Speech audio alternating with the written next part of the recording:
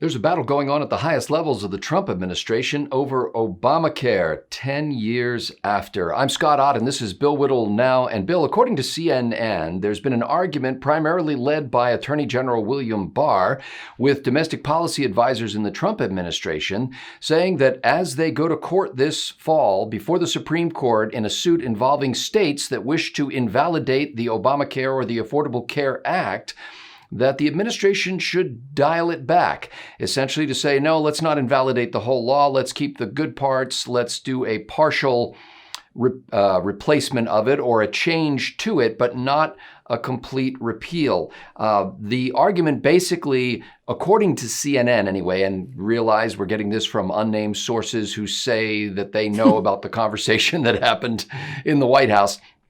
But according to CNN, the Attorney General, oddly enough, is not making a legal argument. He's making a political argument, saying going into the fall, when the new court session starts in October, Republicans don't want to be seen as the people sowing chaos by invalidating the Affordable Care Act. There are other factors that play into this, and we'll get into those in a minute, Bill. But just on the face of it, after 10 years of GOP promises to repeal Obamacare, is it possible that now is just not a good time? I never thought I'd say this. I really didn't. But when you said it's been 10 years, that got a bit of a silent gasp out of me, you know. And so I don't want to be misunderstood about this. Obamacare, I think, is the worst thing that's happened to this country, certainly in terms of legislation, and certainly since Roosevelt's programs and so on. And I have not changed my feeling about that in the slightest. What I have seen in the last 10 years of the fight against Obamacare, and we've been over and over how the Republicans that were elected to the House in 2010 swore that they would repeal Obamacare the second that they had a chance to get a Republican Senate and presidency. 2014, we got the Republican Senate as well. And then in 2016, we had the House, the Senate, and the presidency. And all of these Republicans who said they were just champing at the bit to repeal Obamacare just didn't vote for it. So put all that away. We've been down that road many times. In this particular case, I happen to think that Bill Barr is probably correct. And the reason I say that I think he's correct is because the only realistic chance we have Obamacare can be overturned by a stroke of a pen, can be overturned by legislation in the way it was enacted by legislation. The problem isn't Obamacare specifically. The problem is, where do you go from here? How do you get back to a free market system?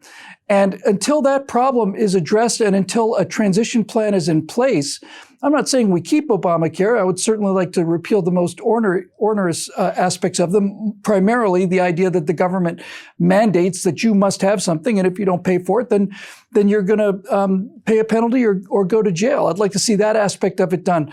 Bill, that aspect of it was taken care of in 2017, and the argument, as I understand it, not being a legal scholar, in 2017, when the GOP was successful legislatively in taking that penalty, the tax penalty, out of the Obamacare law, the argument then became, because this law did not have the normal phrase that says, hey, if anything is severed from this law, the law stands still without that piece of it. Yeah. In this case, the argument is the entire law should have fallen. And now this week, there's a deadline if the administration wants to change the basic argument it's making before the court for the fall session. And so, that part of it that you're talking about was actually accomplished.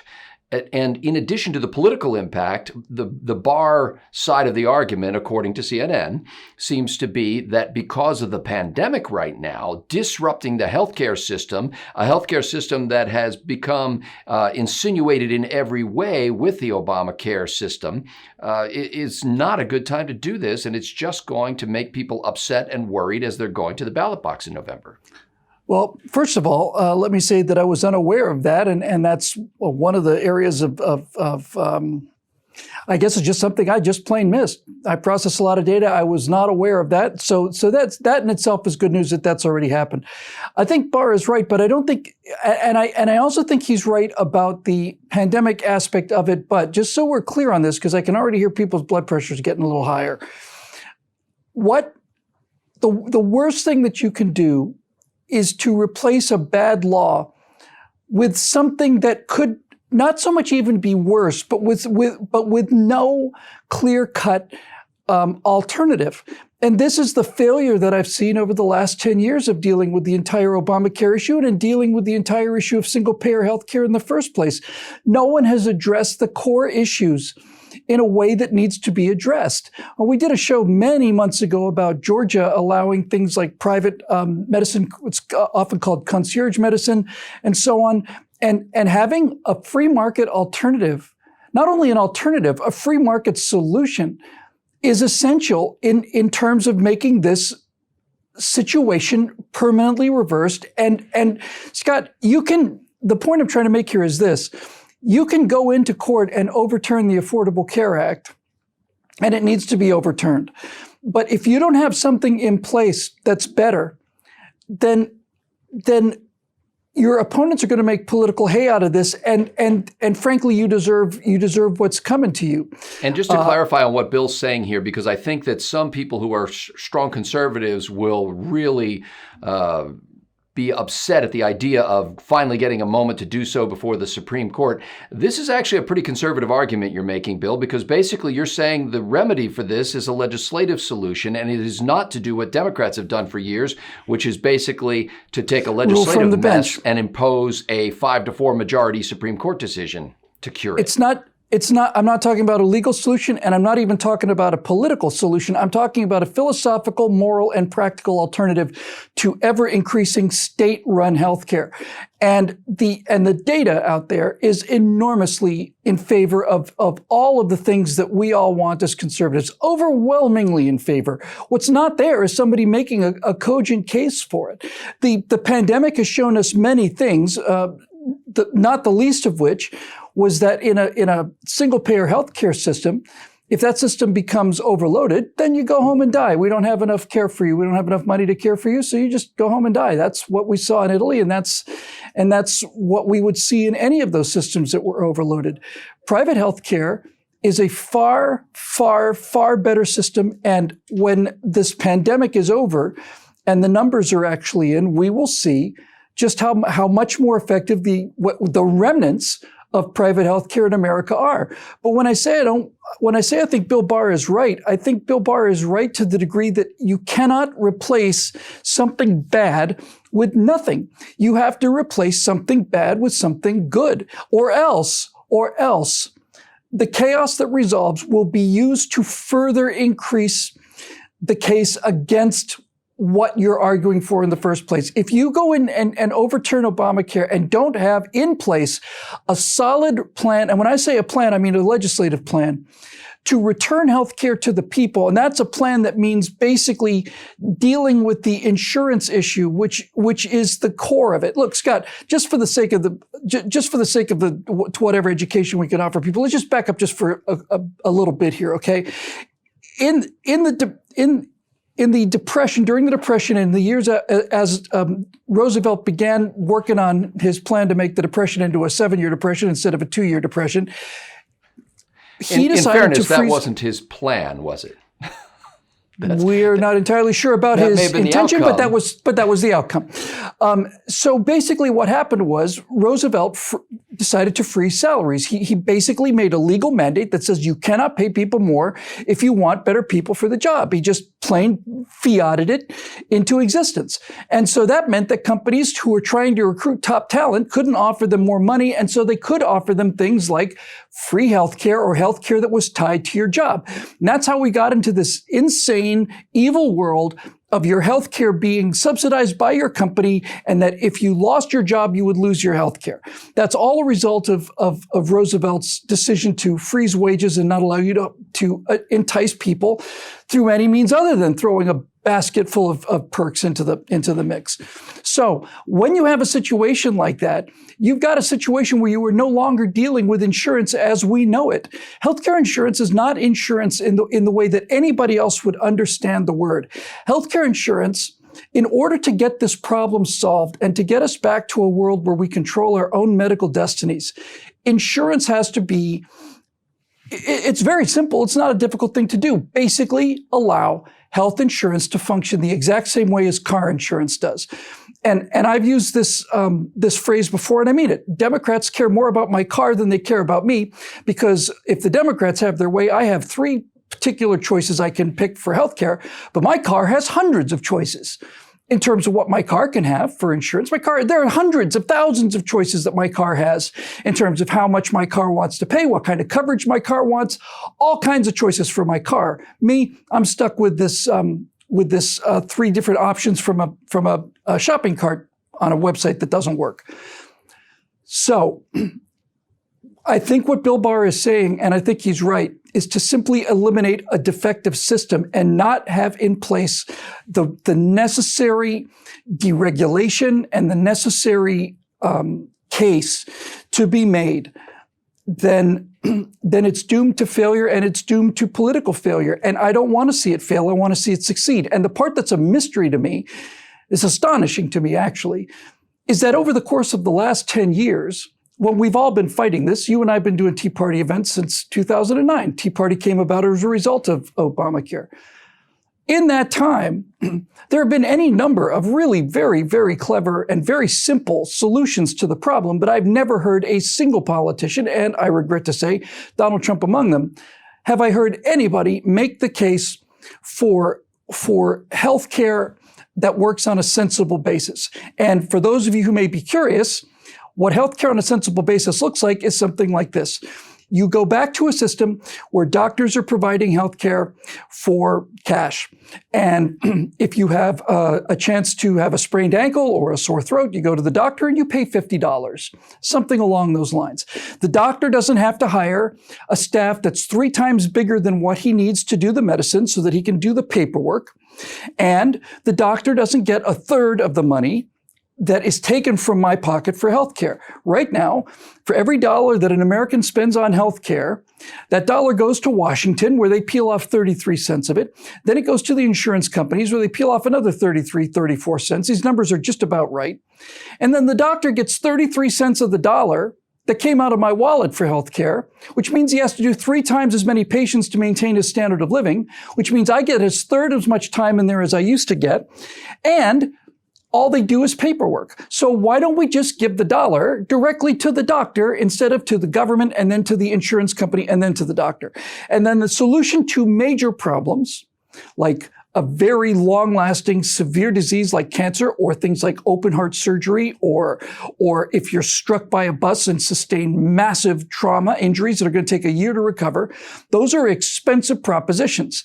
Then you buy something called stop-loss insurance, which is far cheaper because it's not invoked nearly as often than the current healthcare system. And you basically buy an insurance policy that says that if I get hit by a car or if I get a serious disease, then that insurance will kick in and will pay the doctor cash directly, period. And you're back to where you used to be. Bill, I think what you're describing here, it must make Americans of all political stripes look at the Republican Party and say, you're just full of it. Because it's been really, 10 years when you've been saying repeal and replace, and not a single leading Republican or group of leading Republicans or the whole caucus in the House of Representatives, for example, has been able to stand up and say, and by replace, here's what we mean. And this is the bill we'll put on the table. By now, after a decade, you would think the Republicans would have a warehouse full of file cabinets, full of envelopes, full of proposals for how to replace this. And I'm a Republican, at least in name, and let the jokes begin. But I'm conservative. I don't know of this plan. Why do our leading lights in the conservative movement not have this plan on the table and have been debating it for years? What do you want me to say? What do you want me to say? But when you say that there should be folders and plans and so on, there's actually something much more compelling than that. There's actual data. There's actual cases where these kind of things work. There are small. I'm just saying it has to be written into a bill. I understand that, and this is the great failure. And I'm as mystified by it as you are. I absolutely am as mystified by it as you are. But what we are seeing over the last 10 years, this kind of medicine coming into effect under the radar in localized areas, smaller areas. It's called concierge medicine, and it's growing, but it's never been presented as a plan. And I don't know the answer to this, Scotty. I really don't. It's one of life's great mysteries, but it is. What it leads you to think is, Bill, maybe there is none. Maybe this is maybe it doesn't get any better than this. Well, that's one way you can ride the train to hell, Scott. If you've determined that the life is just going to continue to get worse and worse and worse, and that there's nothing we can do about it, then that is certainly the attitude you would want to take and maintain. There's nothing we can do about it. I'm saying people think that this is pretty good, and it's okay. It's better than the alternative in other places in the world. It's not nearly as good as what we used to have, and it's not nearly as good as what we could have if somebody would articulate this vision and run with it. But why they haven't, I don't know. Listen, I can sum this whole thing up for you, and I summed it up before in my virtual presidency speech on healthcare.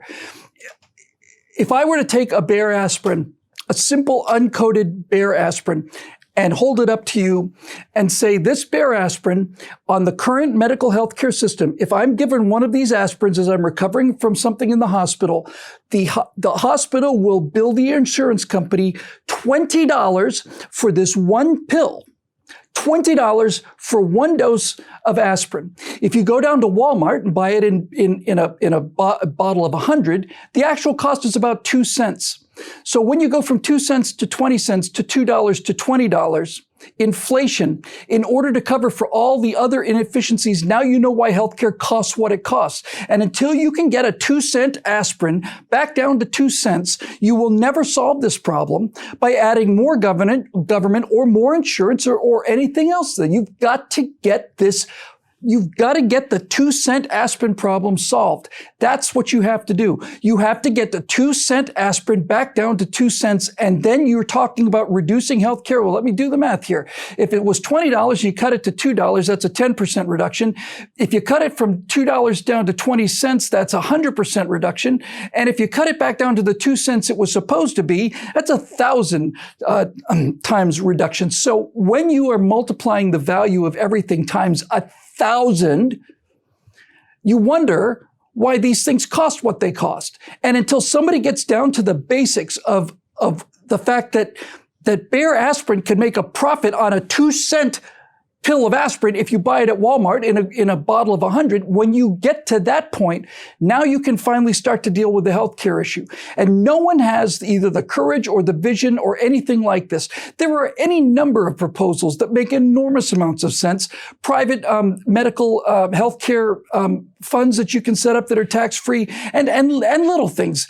For instance, when I was talking about this 10 years ago with a group of doctors, up in Idaho, one of them said, I'm a doctor and I have a significant income and I pay a significant amount of taxes every year. So how about if we do this? I have an hourly rate for what I treat customers, my patients for. It's what I charge them for every for doctor visit. I charge them $50, let's say. He says, why don't I just treat people for free, indigent people? Why don't I just treat them for free? And I'll just take a $50 deduction from my taxes for every one of those I do. And I sat there and just thought, Christ, that's brilliant. That's just brilliant. But no one is talking about it. And I suspect the reason that no one is talking about it is because it is a combination of two enormously powerful storms, three, in our society. One of them is that things get bigger and more complex, and the bigger and more complex they get, the harder they become, not only to understand, but to even grasp the scale of. So now we live in a world where there's a $50 billion rounding error. $50,000 million are missing from some part of the federal budget. We don't know where it went. $50,000 million gone. So that's number one. Number two is that it is in the financial interests of the insurance companies to do this. Doctors don't particularly like it, but doctors are finding more and more and more, given all the malpractice issues, and that's another thing that has to be dealt with. Doctors are finding out more and more now, young doctors are realizing, look, the idea of me starting a medical practice, incorporating as Joe Doctor MD and hanging out a shingle This doesn't make any sense anymore. I have to have $300,000 on the table just for health insurance, malpractice insurance, before I even open the door. I'm going to go and work for Kaiser Permanente, and I'm going to be on the clock. I'm going to be there 8 a.m. to 6 p.m. doctor, and at 6:15 I'm off duty. And so that's happening. All of these individual doctor practices are being surrendered, and they're working for medical centers, and that's in the interest of the medical centers.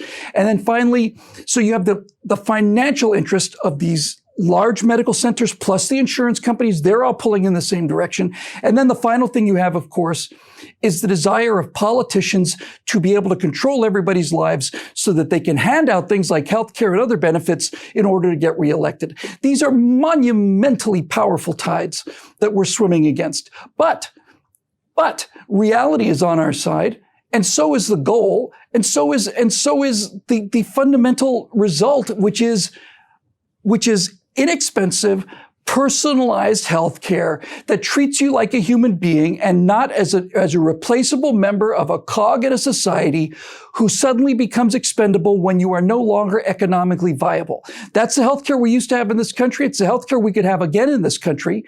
And it's about time some politician decided to make this should be their crusade. And if it was their crusade and they had half a piece of ability to construct a sentence, they should be able to sell this no problem. And if there are any politicians out there who want to handle this and you want to contact me about helping you with the messaging on this, I would be delighted to do so. Delighted. In the meantime, until the politicians start funding this enterprise, it'll be left to the members at BillWhittle.com. No, they don't have to fund me. I don't want them to pay me. He's going to volunteer. It's a pro bono help for the politicians. It's perfectly selfish. It's for my own personal health care needs, and it is not hard to figure out how to sell this thing. Well, knowing Bill full well that nobody is going to contact you, then you're going to get a caterwauling of cries from our members that you should run for office so that you can write the bill yourself for your own, as a congressman yourself. Tempting. Yeah. And it's getting easier because the background check really doesn't seem to matter anymore. Ladies and gentlemen, we're grateful to the members at BillWhittle.com who have made this program possible, a growing band of people who love our Constitution, who love our liberty, and who want to see this message proclaimed around the world. If you have not yet joined, you're getting to be part of a shrinking number of people on Earth who have not, because there's a growing number of people who are joining. We invite you to go to BillWhittle.com, and there's a big green button that says become a member. Click that button, join up with us. If you should hate it, which is extremely unlikely, we will cheerfully offer you a rapid refund, but we don't have to do that very often because the people who become members at BillWhittle.com really love hanging out with the other people who become members at BillWhittle.com. Go ahead and do that right now. I'm Scott Ott for Bill Whittle. Thanks for watching. Are you now, or have you ever been a member of a role-playing club? I respectfully reserve my rights under the Fifth Amendment to not answer that question.